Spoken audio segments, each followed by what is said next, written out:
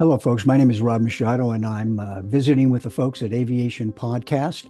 And it's a pleasure to be here with you folks today. And I'm looking forward to the chat we're going to have.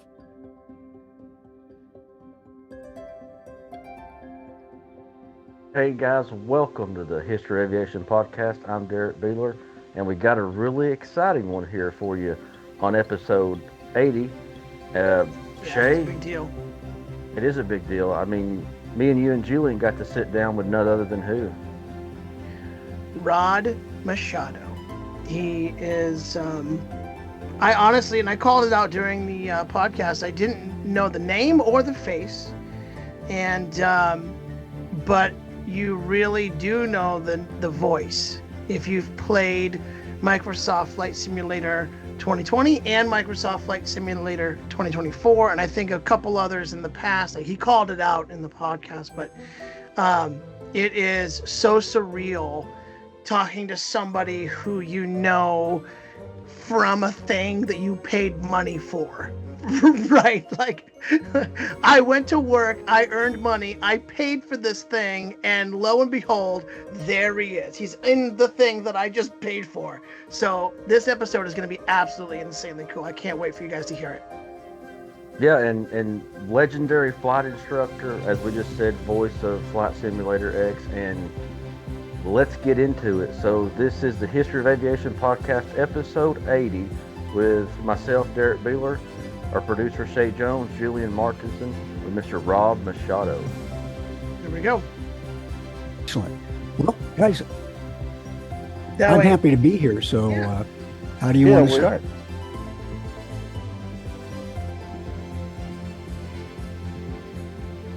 And it's so, and I didn't even realize he had, and I'm sure we'll get into this here in just a minute, but he had, when Derrick had told me that you were coming here, quite honestly, and this is not a jab, I promise, I didn't recognize the name. And then when he gave me Many a people don't. right? And so once I realized because he gave me a couple of videos to go look at, and as soon as I heard it, I was like, I couldn't put it together, but I knew your voice. I didn't know your face and I didn't know your name, but I was like, I know the voice. And then I still don't remember which one it is specifically, but it was one of the flight simulator games. Yeah, if you ever used the Microsoft Flight Simulator 2000, well, actually, I think it was 1998, 2000, 2004, 2008, and Microsoft X. In the 2000 version and on up, they had flight lessons for That's what Microsoft it Flight was. Simulator. And so I was the Yeah. instructor on I was the guy who narrated the voice and actually wrote the lessons and conducted the lessons. And there's a kind of a strange story about that if you want to hear it. It's Oh, Absolutely. please. I would love to. aviation history. Chuck Yeager was the original instructor on that back in, I think, 1998. And of course, the good general, a man of many talents and definite bravery. But he was the first time I listened to him narrate a lesson. You had to make sure that you did well. Because if you didn't, Chuck Yeager would say something. It's been such a long time. He would say something like, "Well, Pard, it's clear that you weren't meant to be in aviation. So I recommend if you still want to stay in aviation, get a job in aviation waste management and don't waste your time taking flying lessons on Microsoft Flight Simulator." So I talked to Bruce Williams, who is running the program at Microsoft, and I said, Chuck Yeager's, amazing guy. The problem is he's scaring people out of aviation. He's Yeah. intimidating them, and not literally, but not literally either. Certainly figuratively, but I could see people cowering, going, "Oh my God, I'm going to get my application for aviation waste management, and that way I can say I still work with airplanes, but not Exactly. in the best capacity." So anyway, so I designed the lessons and did the voice, and it was a wonderful thing to do. I had such a great time doing that. So that's probably, Shae, where you heard that. Yeah, absolutely. I think one of these days we're gonna have to like have you walk me through how to actually start, fly through, and finish. the one of those tutorials. I do like going Well, through that's those. assuming you don't want the job in aviation waste management. They're No, still like open. if I was Exactly. gonna do something like, because I've done my fair share. Like I've thrown bags into the airplane. I've helped passengers into the airplane. I've guided the plane to stop from the runway. I've done all of that, and I almost went into um, stewardship, but as I was looking through going to be a pilot, this is a lot. There's way too much that, in my mind, in the moment when I was doing it, was way too much to it for my brain to kind of grasp it. Plus, Oh, I was a little bit young and not. completely understand. Completely understand. Yeah. Assuming you still have the ambition to do that, which I suspect you might, um, consider this, that almost everybody that begins pilot training is overwhelmed by the apparent uh, expanse of skills that you need in order to be able to learn how to fly an airplane. And whenever a student says that to me, I always say to them that, I think of the most complex thing that you've learned. And everybody has something complex that they've learned. Somebody standing in the outside would look at that and they would think, there's not a way in the world I'd be able to Right. do that. And yet, in reality, it's that old adage of eating an elephant one bite at a time. Sometimes some of the best wisdom is contained in adages that are, thousands of years old. Although I don't know if Right. there was actually time we ate an elephant, maybe, Right. Right. Maybe if you go but back far but enough, maybe. make a heck of a barbecue. Uh, Exactly. Hmm. Nothing like trunk meat. Anyway, Exactly. the Gives new the meaning to the term, to bring up the elephant in the room. Yes, it exactly. does. Yeah. So, and once if you have a good instructor, though, it changes everything. That's why I Right. tell people, the most important thing when it comes to learning to fly is it's an old Chinese saying, and it actually sounds better in the original Mandarin. But since I don't know Mandarin, I will tell it to you in English, and that is that it's better to look for an instructor for 3 years than a good instructor for 3 years than to spend even 3 minutes with a bad one. Right. And Right. I don't know of any adage that's more true than that. Yeah. So that should be your motivational guide when it comes to any kind of training, but in particular aviation training. Because think about it, I could put you in an airplane and do what some instructors have done. Certainly not all instructors, but there are a few real bad apples out there. I could take you up and I would say something like, well, I would precede it by saying, hey, want to see something neat? Now, the moment somebody says something Yeah, like that that, just you takes reach you out over, of you that tighten moment. up your Yeah. seatbelt, you put all those other connections in, assuming you have a 5 or 25-point seatbelt harness, because you're going to see something that may not be all that neat for you. And you end up, the instructor ends up doing some crazy maneuver. It scares the heck out of you. And you know what? That person has ruined aviation for you for the rest of your life. Yeah. Think about that. That Right. one action Yep. makes it almost impossible for you to enjoy aviation again. Because once Right. fear is encoded deep within the R complex of our brain, it is very hard to get over. It is. And that I mean, there's a good reason for having that type of fear that immobilizes you in some instances, such as fear of heights. You don't get close to a cliff because obviously the results would be dangerous if you fell off the cliff. Well, fear is hard to get rid of, and this is not purposeful fear in an airplane because airplane flying is, in my opinion, very, very safe as long as you do it right. Yeah. So, yeah, that's my opinion. You got to do it Yeah. right, I though. love flying. I think it's so fun. Yeah. Do you love flying on an airliner, Shae? I do. I do. I have. I've had the opportunity to fly, both in a really big airplane um, that would go overseas, and then I've also had the opportunity to fly in, smaller planes, still good sized plane, obviously that goes, you know, in the United States. So, and Mhm. then I also have had the pleasure of flying in a seaplane, and that one was Oh, a little bit more excellent. bumpy, but it was still really cool to Well, be able to seaplanes do. flying is very good, especially if you get thirsty during flight. Right, That really helps. exactly. Hey, Now, go on now, down there real fast for me. yeah, exactly. Ask me if I like flying on an airliner. Do you like flying on an airliner? I'm glad you asked, Shay. No, I do not fly it on an airliner. And that's typical with most people who fly general aviation airplanes. Let me rephrase that. It's typical for most instructors that build up a lot of flight time and they're always in control because when I'm on an airliner, I'm obviously not in control. Got it. And so that makes me feel uncomfortable. I was sitting on an airliner one time with my laptop open, running Microsoft Flight Simulator, and I'm sitting near the window because that's where I like to sit. And I have Microsoft Flight Sim open, and I'm following the route that we're flying on Microsoft Flight Sim. And I've got my little joystick and what have you, and I can see the person looking over at me, thinking, "What are you doing?" I mean, because he sees that I've got instruments and it's the same. It's a jet aircraft. He says, What are you doing?" I says, I'm just practicing in case I have to take over the airplane, which is something I always think about, just in case the captain had the fish. Because Exactly. yeah, I always Exactly. yell out, make sure the captain doesn't get the fish. So let the people in back get the fish, which is typically a cold fish head, based on the meals that I've had before I'm flying. There you go. I'd rather, airlines are great, they're very safe, but I'd rather fly my own small airplane anywhere Yeah. I go. And Yeah. that's a fact. That is awesome. Well, thank you for that. That's amazing.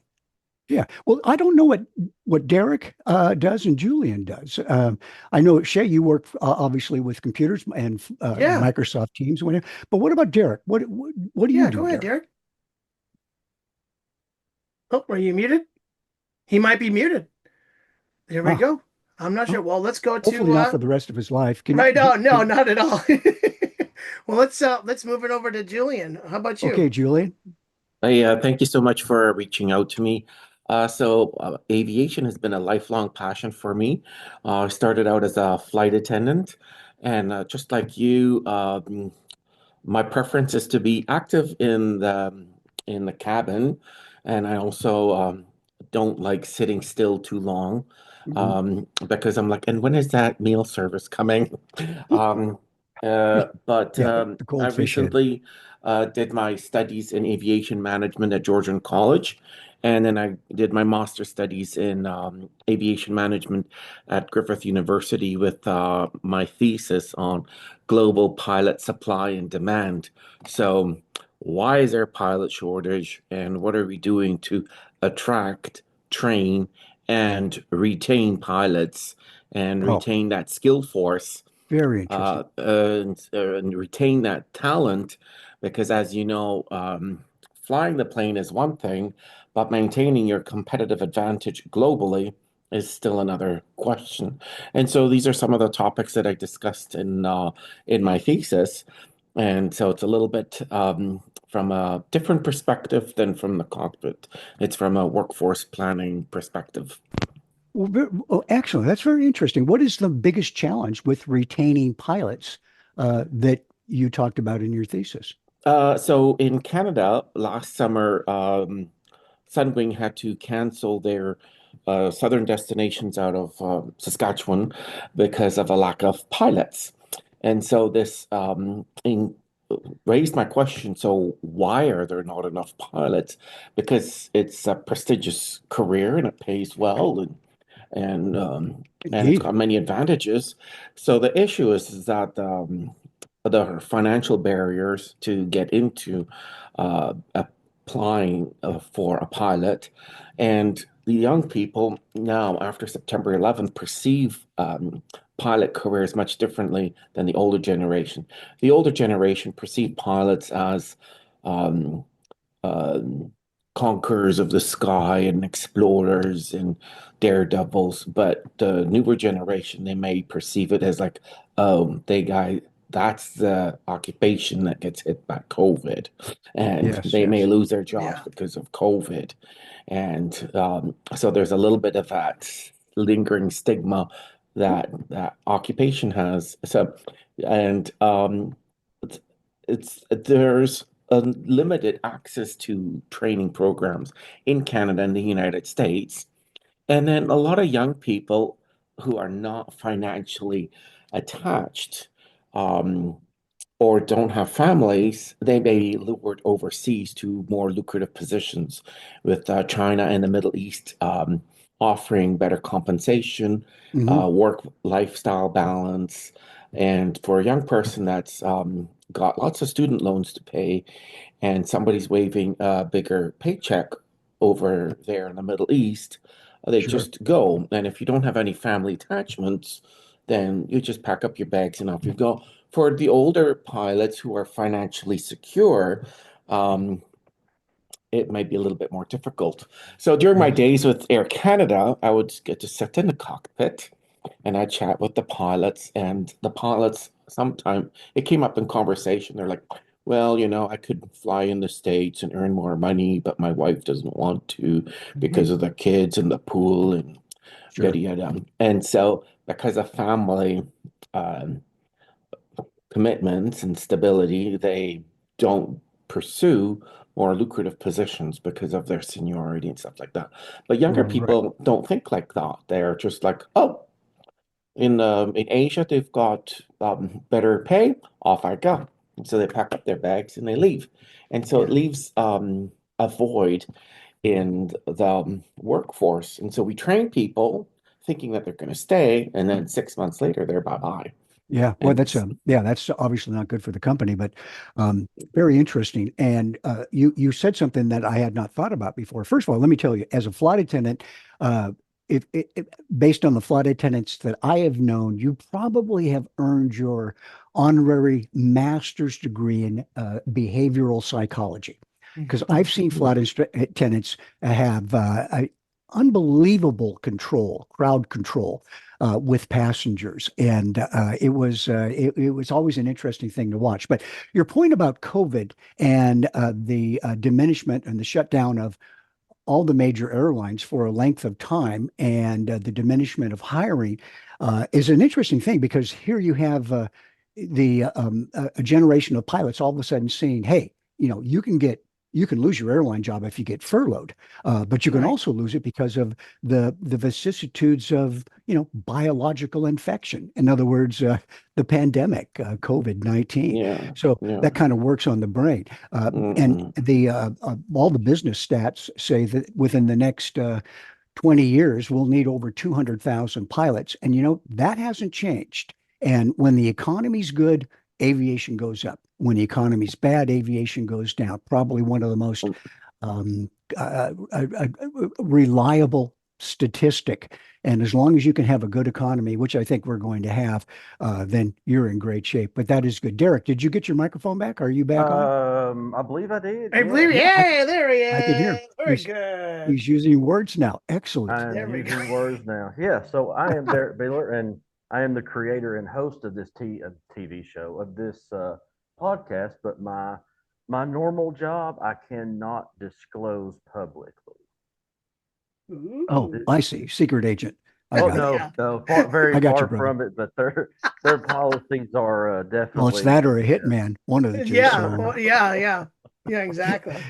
I, I got well. Here, I have a question for you. Then this is something that interests me too. And why did you start your podcast? What was the reason for it? I found a lot of aviation podcasts, but I never could find any history of aviation podcasts. Ah, When you take the history of aviation podcast, you can go anywhere you want. oh, so true. there's a lot of podcasts out there about airline pilots. There's a podcast out there about uh, there's flight simulator podcast as well as That was your last podcast, by the way, I Instructor. think. Yeah, we did the Yeah. last one on flight sims, Very good. and There he is. He's got there it. was Yeah. there He's wasn't listening. much. Oh yeah, he's listening. That's good. And there Yeah. wasn't there. There's just not a lot of. I feel that aviation history is something that needs to be preserved, and I don't Yeah. think there's a lot of preserving that out there. Well, I've actually mentioned this in a lot of the speaking programs I've done over the years, and I used to tell people that a lot of young people don't know that much about aviation history. In fact, if you ask most young people, you say, name a famous aviation event that occurred in December many years ago, many people will say, well, that's when the Wright brothers bombed Pearl Harbor. And I'm pretty sure that's not correct. So then you ask them, okay, name two men that made it possible for man to fly. And they will say Ernest and Julio Gallo. And that's also not true, to the best of Right. my knowledge. But I've always found that fascinating. And I used to remind people that I think it was in 1909, a gentleman by the name of Elmo Pickerill made the first radio transmission from an airplane. I found this, a Curtis Pusher, I think the airplane was. So he was up in a Curtis Pusher, brought a radio with him. I don't know how he got the thing up there. And nobody knows exactly what he said, but I suspect his initial words or the initial words in his first transmission were help and how do I get down? And I don't know if that's true or not, but and so when you look at how quickly aviation evolved from 1903, the first 120-foot flight into a long stretch of history, it really is fascinating because we learned to fly IFR essentially by having, in other words, under instrument flight rules, by having people follow roads initially and then telephone poles, and until, of course, the telephone pole or the road went into a tunnel. And that's where people invented the term tunnel vision, because that's a very dangerous thing. If you're in the clouds under low visibility and you fly into a tunnel, I would not recommend that. And the way that people would shoot an instrument approach, and this always fascinated me, they would light a fire, a big bonfire on the end of the runway. And a pilot could actually fly under low visibility conditions if he knew the runway heading and could spy the light of the bonfire through the clouds. And so what you would do is you would line up on your compass with the runway heading and make sure that the fire was right in front of you. And that way you're flying a bearing right to the runway. And you had some notes as to where the trees were and how low you could go. And then you'd land on the runway and hopefully, get the brakes applied before you run off the end of the runway into the bonfire, which, by the way, had happened a couple of times, and thus the genesis of the term "he landed hot." So I don't know if that's technically true or not, but it could be. And so and then one final story, we had VORs that, and this amazed me. We had ADF, of course, as you know, automatic direction finder, which many people think that's the instructor in the right seat. It's not. Sometimes it is. But the automatic direction finder became the high art of navigating on instruments. And so few people know how to use that today. Of course, there was a 4-course radio range, which didn't in no way was associated with a 4-course meal in flight, because there's never been a 4-course meal in flight after the 1960s. But anyway, what happens is the FAA invented the VOR, very high frequency omnidirectional radio range, and it became prevalent in the early 1950s. And the FAA actually said on their literature, they actually said this, I couldn't make it up. I'm saving all the stuff I'm going to make up for the very end of your show. That's the way to do it. The FAA said, now that we have VOR, no one will ever get lost again. That's in the literature. Wow. Not only did people get lost to a place, they were now getting lost from a place. So they got lost in 2 dimensions, 3 if you consider the ambiguity indicator. So, and now we have GPS, of course, and with GPS, if you get lost, you were really lost. Right. The best, yeah. You probably never should have taken off. Yeah, probably not. I would land in a field and just sell the airplane and use the money to buy a new identity. Right, exactly. It would be very embarrassing to return to the home airport. So anyway, you want history? There's a little bit of history. That's amazing. Some of it's true, but yeah, all of it's true, except for the selling the airplane if you get lost with GPS. This is true. And by the way, this is iced tea. Yeah, just very good. I honor that rule, 8 hours from bottle to mic. There you go. Where's it 8 feet from bottle to mic? I believe it's 8 feet. I'm pretty sure. It's 8 feet. So what inspired you, Rod, to become a pilot in the very beginning? That is an excellent question, Derrick. And again, it's a strange thing. I talk about that a lot because it's amazing how people are similarly inspired by the same thing. Over the years, and I've had the just an incredible fortune to speak in all 50 states and in many countries in European countries over the last 50 years, 45, 50 years. And actually, probably since I was started 23, actually. So that would be 52 years ago. But well, no, that would be 50 years ago, 52. So the thing that I found interesting in those seminars that I've done, I asked people the same question. I said, how many people always wanted to fly versus how many people wanted to fly to use an airplane for a living? 96, 97% of the people always wanted to fly. There was this sort of Jungian archetype within them that compelled them to always think about airplanes, look at airplanes, get excited about airplanes. And even when I was 3 years old or 2.5 years old, I'd hear an airplane fly over and I would run out. I would go out and I go, airplane, airplane. And sometimes I forgot to put my pants on. And that's, my mom would say, get back in here, put your pants on. And of course, I do the same thing nowadays. I go, airplane, but I do put my pants on before I go up most of the time. Anyway, so that is something that's a direct answer to your question. It was built into my biological construct, and I even have a picture of me 3 years old holding a metallic airplane, walking on the grass out in front of the house. The parents had locked me out of the house, so I was out there with my airplane, and pretty excited about that. So, how about you? What inspired you to learn to fly? Derrick? Oh, Derrick lost his words again. All right. Oh, there he goes. Well, you are back. I don't know what is going on here, but yeah, one of the big things for me was getting to be around it at a young age, 13, 14, Nice. because of a friend of mine who is now a CFI, and his dad was a Navy pilot. So I really got lucky in the sense that I was around it at a young age, and I was around people that were flight instructors and whatnot. So I was able to really afford it that way. Yes, very, very good. And it's amazing. Young people have, I think, a lot more access to airplanes than they might be aware. Older folks, folks that are, 30, 40s, not old folks, those are older folks compared to young folks. They love taking people flying. The EAA has the Young Eagles program. It's pretty hard not to find somebody to give you an airplane ride, and with that, maybe give you a little instruction. And it's pretty hard to get on an airport nowadays unless you have Secret Service high Mount Tamalpais security credentials.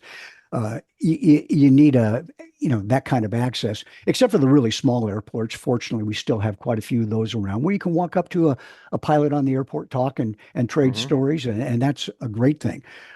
But the access is available. It's out there. I'm amazed at how many scholarships are available for young people that weren't there 15 years ago. And 15 years ago, I would tell people, listen, if you want to learn to fly, here's what you have to do. This sounds like tough love, but this is what you have to do. Get 2 jobs. Get a job after, if you're already working, then get another job that is just a few hours per week, maybe 10, maybe 20, and use that money, put it away to learn, for flying lessons, assuming that you and your family are in agreement with that. And for a young person, you're in high school, get a job and put the money away for flight training. And that's something that people can still do. But if you are tenacious and you apply for scholarships, it's quite possible you can get one given the plethora of scholarships that are available nowadays. I couldn't say that 15 years ago. I could say it today. Yeah, we just had a couple of podcasts ago, we just had a big shout out to Catherine Jett, she took her Young Eagles flight a year prior to the event we was at. And then at this year's event, she announced that she got her private pilot's license. That's fantastic. That is very good, very encouraging. And by the way,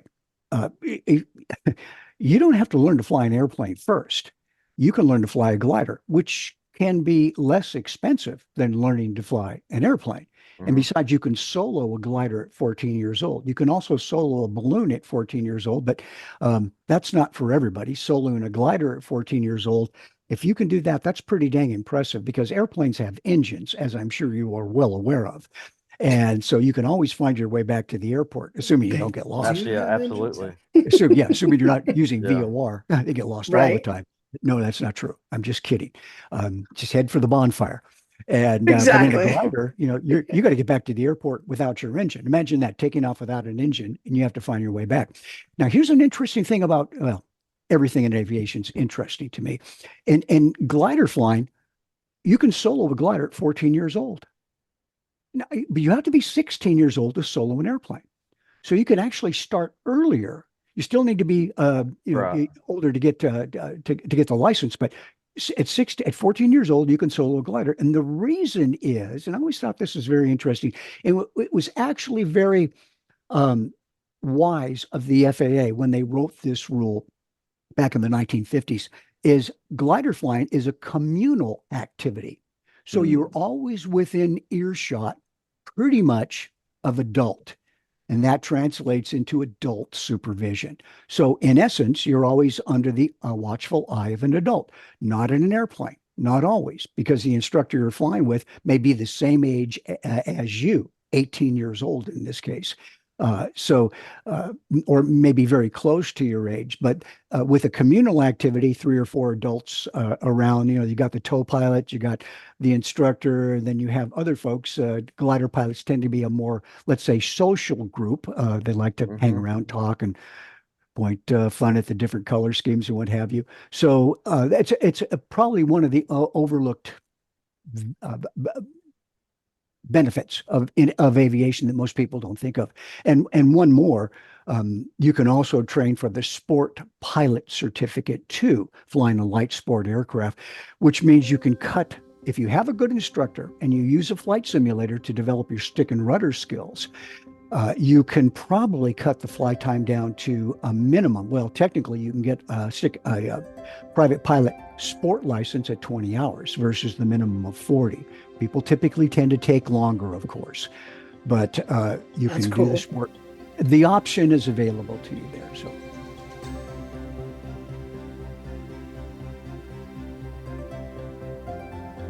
Man, that was awesome. Dude, I freaking love that guy. We need to have him on again, and I can't.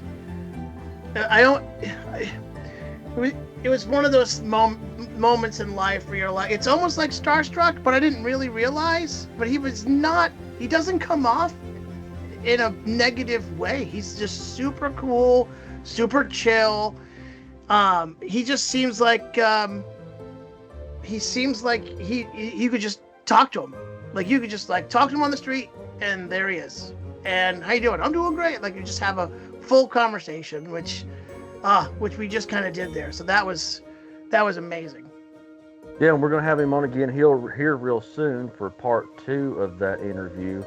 And jumping into some stuff here, Shae, for the History of Aviation Podcast, we've got the website at www.hoapod.com. That will lead you to the store. Yep. Where Episodes, you can, everything, you name it. Everything's right there, and it's really, wouldn't you say it's the one-stop shop for the History of Aviation Podcast? It is absolutely, and it's getting better and better and updated every single day.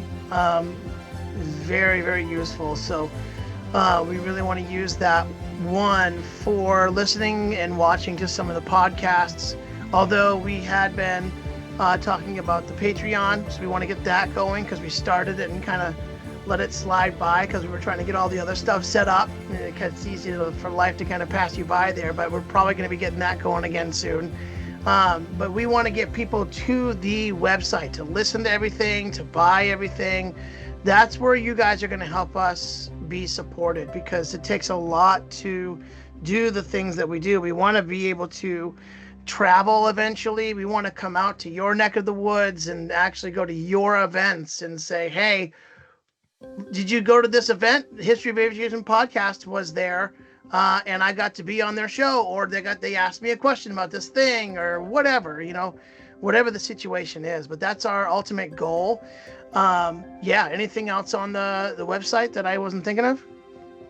No, you covered it all. And if you're listening to this podcast, or if you have listened to this podcast, you can always go to YouTube, Twitter. We're on Facebook. We're on Instagram. All of our short clips there. We post short clips of the podcast, and some of the great things that Rod Machado hit on today will be, you can find the actual visual of that on YouTube, TikTok, Instagram, Facebook.